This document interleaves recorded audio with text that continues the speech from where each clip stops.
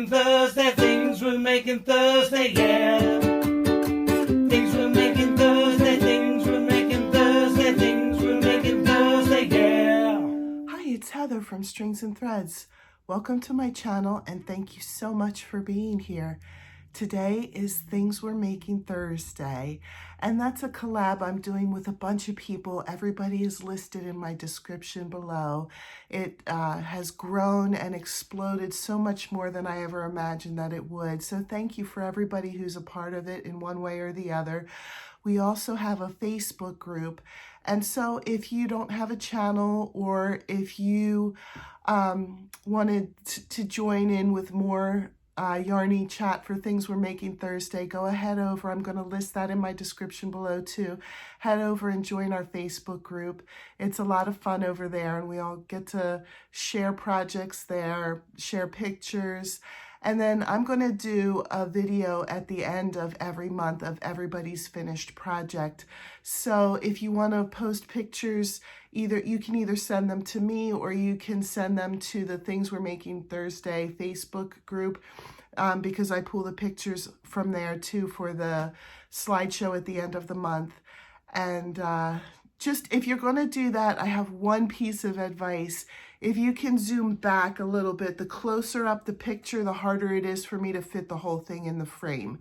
So if you're able to zoom back a little bit, it'll probably still end up being just mostly your project. But if you can do that, that would be very helpful. If not, I'll just do the very best that I can to get it into the frame. So we started this collab in January. It's going to be year-long. And what it is we'll make a different pattern every month, and it's always going to be a free pattern. So far, we've done the Heartthrob blanket for January. We've done the It's a Hoot owl container for February. I keep wanting to say basket because it basically is a basket, but they called it a container. And then this month, the pattern is, and I'll list all the patterns in my description below, of the new and the old ones, just in case you were interested in trying any of them. But this month is the Luxe Pillow Trio. There's 3 different types of pillowcases that you can make. These are just for the cases. It's not for the actual pillow itself. 3 different styles. And one thing about these pillows is that it calls for a type of yarn called Red Heart Dreamy, and Red Heart Dreamy has been discontinued. So it's really interesting. If you look through all of the people that I had listed in my description, if you look through at their videos, you'll see all of the different choices that they've made with what kind of yarn to use with them. And also the Red Heart Dreamy was kind of tricky because it had different weight numbers depending on where you looked. On the ball band it said 5, other places it said 4, and you know, it kind of depended on who was looking at it as almost as to how it was categorized. So I ended up, for last week I showed you, and I'll show you again this week, I started on the very first pillow. The first pillow was kind of like bobble, cluster, popcorn stitches, and I chose Karen marble cakes to use it with. This is a 4 weight, and here's, I don't have the back done, I just have the front done, but here's how the front looks of the pillowcase, and it measures the measurements that they called for. It's 18 wide by 17 high. The pillow form is supposed to be 18 by 18, but they said to make it only 17 high so that it stretches on there and has a tight fit. So my plan was to make the back for that, but then I went on Etsy and I found Red Heart Dreamy on Etsy. So I bought this skein of it.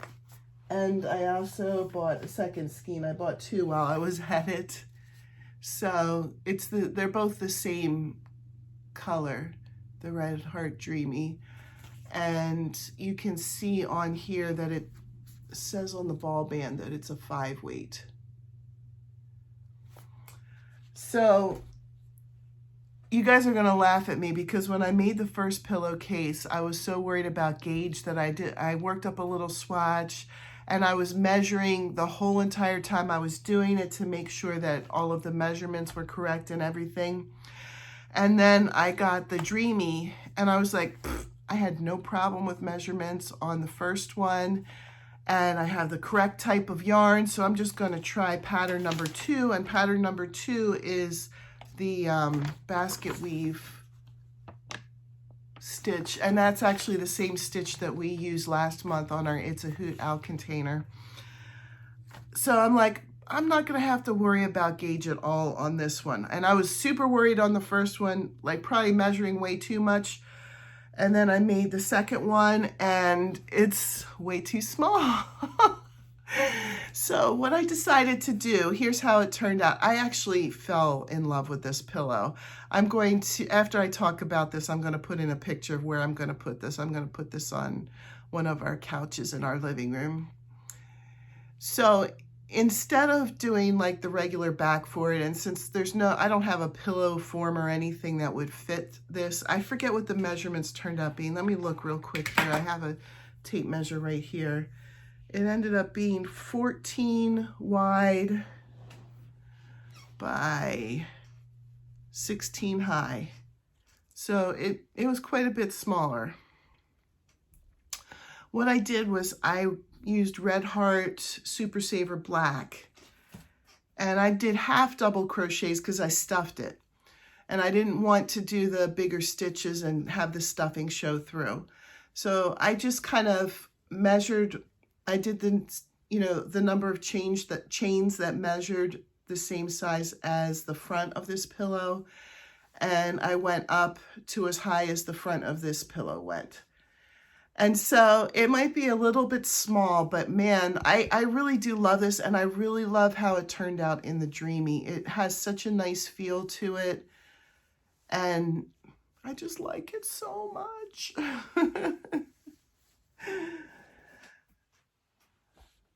So I'll pop that picture in right here.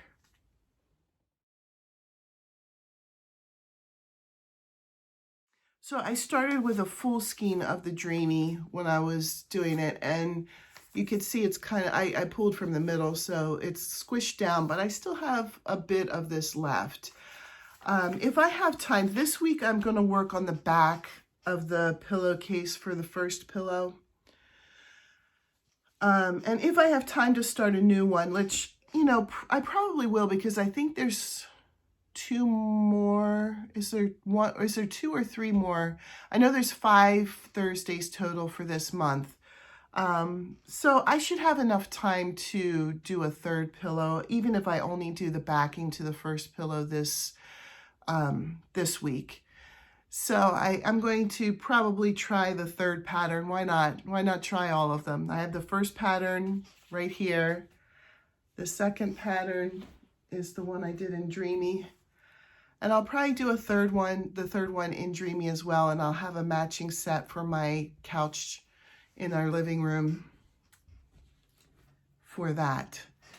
So thank you for joining me in Things We're Making Thursday. Make sure you check out all the other channels too. It's really, like I said, it's really interesting to see how everybody else's is turning out too. How one pattern can, well, and it's actually 3 patterns because you have 3 choices this month, but how they can all turn out so different from each other. Have a great day, and I will see you in the next video. Bye.